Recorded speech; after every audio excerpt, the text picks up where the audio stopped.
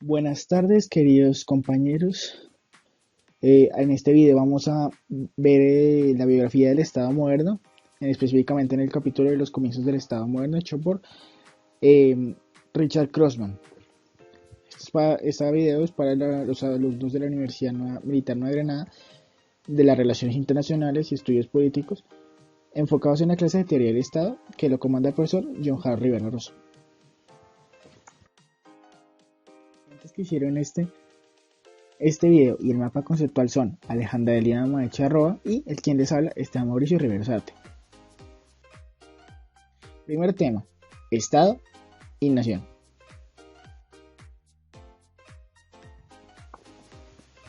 En 1938 se defendían mucho las ideologías como el capitalismo, comunismo y fascismo, tanto por personas como naciones. Las ideologías tienen una familia en común, pero tienen unas diferencias muy específicas. Y nunca se va a encontrar un debate inteligente sobre ideologías porque los argumentos siempre se basan en la experiencia, en lo ya vivido.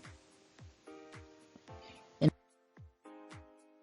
fondo, los estados antiguos y los estados modernos se parecen porque tienen un sistema social de la Edad Media que los separa, pero eso sí, tienen muchas diferencias entre medio. Actualmente todas las formas de gobierno son de Estado-Nación. Y una forma muy buena de ver la nación y la más acertada es un pueblo que vive bajo un único gobierno central lo suficientemente fuerte para mantener su independencia frente a otras potencias. Los conceptos de Estado y nación son dos aspectos del orden social y moderno y son intangibles uno del otro. Si el Estado quiere perdurar, debe tener un control centralizado de la nación. El Estado-Nación surgió por los cambios económicos de Europa en los siglos XVI y en los siglos XVIII y en el siglo XVIII. Tema 2. Origen medieval.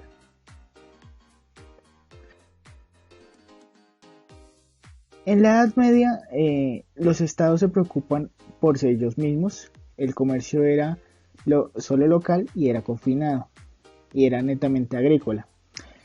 Actualmente, a diferencia, hay una cooperación entre muchas naciones y el comercio es libre y internacional y se permite tener interdependencia del mismo. Se consideraba al monarca o al rey como un señor feudal o un tribunal de apelación. De ahí se creó la pirámide social. La pirámide social era para la herencia basada en las obligaciones de la propiedad y los derechos que tenía esa propiedad. Entre más alto estabas en esa pirámide, menos obligaciones tenías que hacer y más derechos tenías en cuanto a propiedad. El sistema feudal era caracterizado por un lento crecimiento económico, una distribución centralizada y un poder político graduado del emperador. La iglesia fue un actor determinante y universal en Europa en la época medieval, cuando siempre que había una lucha entre monarcas y papas por la división de tareas de religión en el Estado, siempre se prevalecía el principio fundamental de permanencia. Aquí se creó lo que se llama la ley natural. Y también nació la institución política en el Sacro Imperio Romano Germánico que constituía a la iglesia, a la ley y al emperador.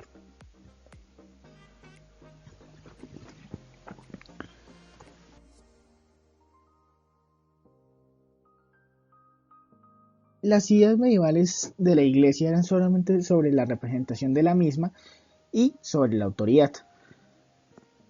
Algunos estados modernos que tienen a monarcas como jefes de estado aceptan el orden de autoridad anterior o antiguo como base de crear el actual. En la transición de Estado-Nación fue lenta en la época medieval por el poder político que obtuvo la Iglesia, que fue destinado a desaparecer. Pero en el Renacimiento y la Reforma Protestante aceleraron las cosas. El monarca absoluto de Nicolás Maquiavelo.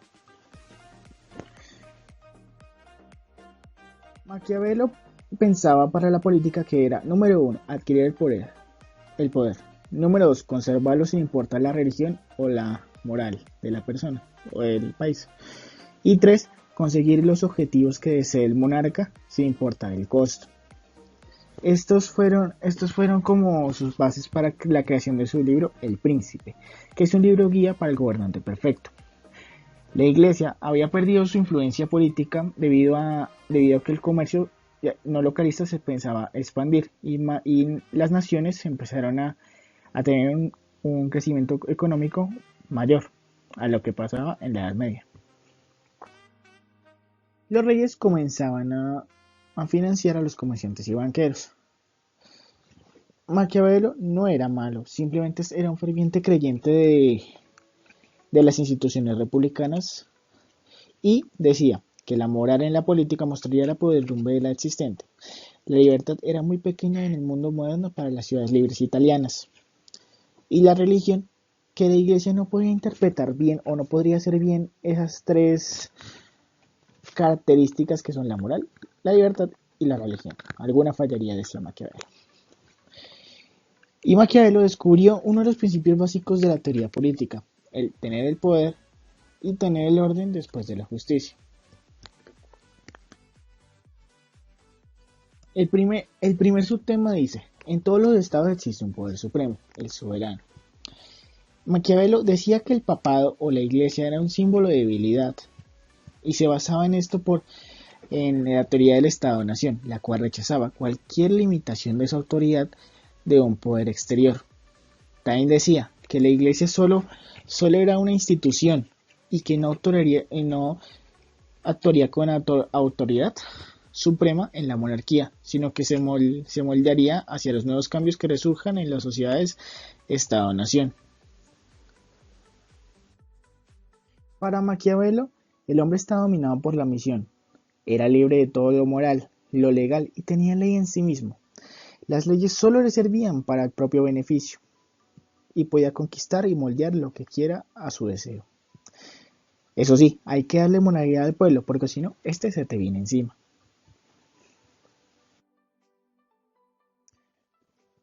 Eso sí, en el libro del príncipe se encontraron dos problemas fundamentales, que son, número uno, cómo dominar a las masas con la moral y la religión de tal manera que sean útiles para el Estado, y la dos es cómo comportarse con otro príncipe rival dentro del propio país o externo. Pero estos problemas se arreglaban gracias a las creencias fervientes de Maquiavelo sobre el republicanismo más que todo, y la libertad.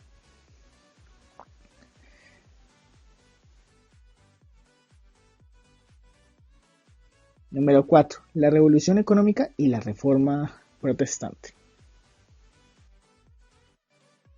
En el Renacimiento se dieron 4 cambios importantes en Europa, que fue el descubrimiento de riquezas en América Latina, el desarrollo de finanzas internacionales, una revolución en los métodos agrícolas y la reforma protestante.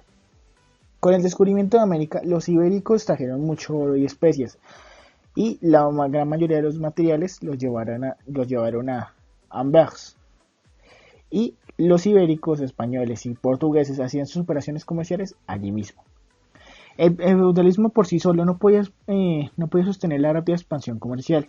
Por eso se crea un nuevo sistema bancario llamado el capitalismo. Con el nacimiento del capitalismo aparecieron una nueva clase social, los burgueses, que eran banqueros y comerciantes adinerados, y ellos financiaban algunas campañas militares en América.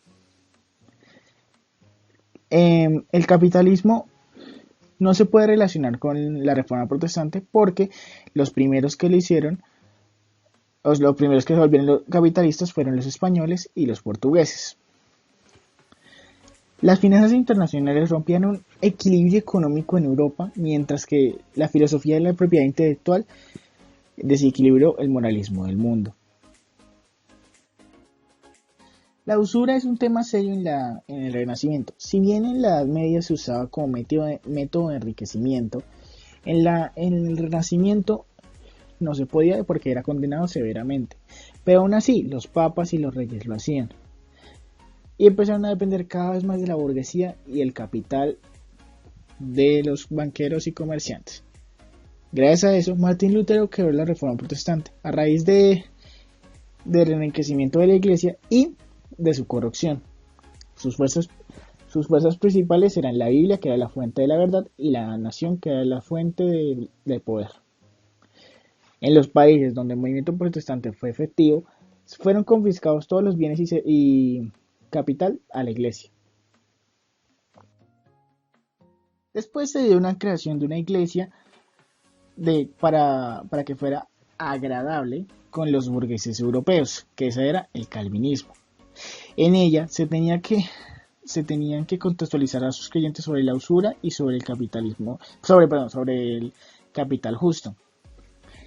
Eh, en esa iglesia solo debían regir los ministros ginebrinos y la Biblia era la verdad suprema. Esa se regía por un sistema de autoritarismo y modelo teocrático y fue altamente vista en Amberes, Lyon y Ginebra. Las primeras teorías políticas de Estado-Nación se caracterizaban por un despotismo centralizado y un capitalismo financiero. El Estado moderno tenía que tener una fuerza centralizada porque sin ella no puede haber ni moral ni justicia.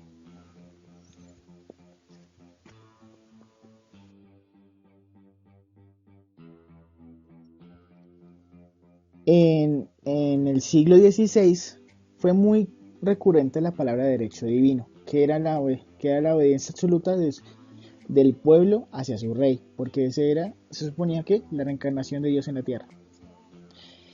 Habían opositores de este derecho que decían que solo el poder divino solo viene de Dios. Y este argumento opositor se le dio el nombre de el derecho a la resistencia. Mientras estuvieran estos dos derechos, no había lugar para la libertad, la democracia ni el constitucionalismo. El Estado tenía que estar en un permanente estado de guerra. Eso sí, lo que buscaban ambas teorías era la uniformidad de la creencia religiosa, pero no servían para los hechos básicos del Estado y nación. Pero, aún así, en el siglo XVII ya estaban las bases del Estado moderno, ya que tenían burocracia, ejército, monarca absoluto y capitalismo. Aquí está la primera parte de las bibliografías y la segunda parte. Muchas gracias por ver este pequeño video.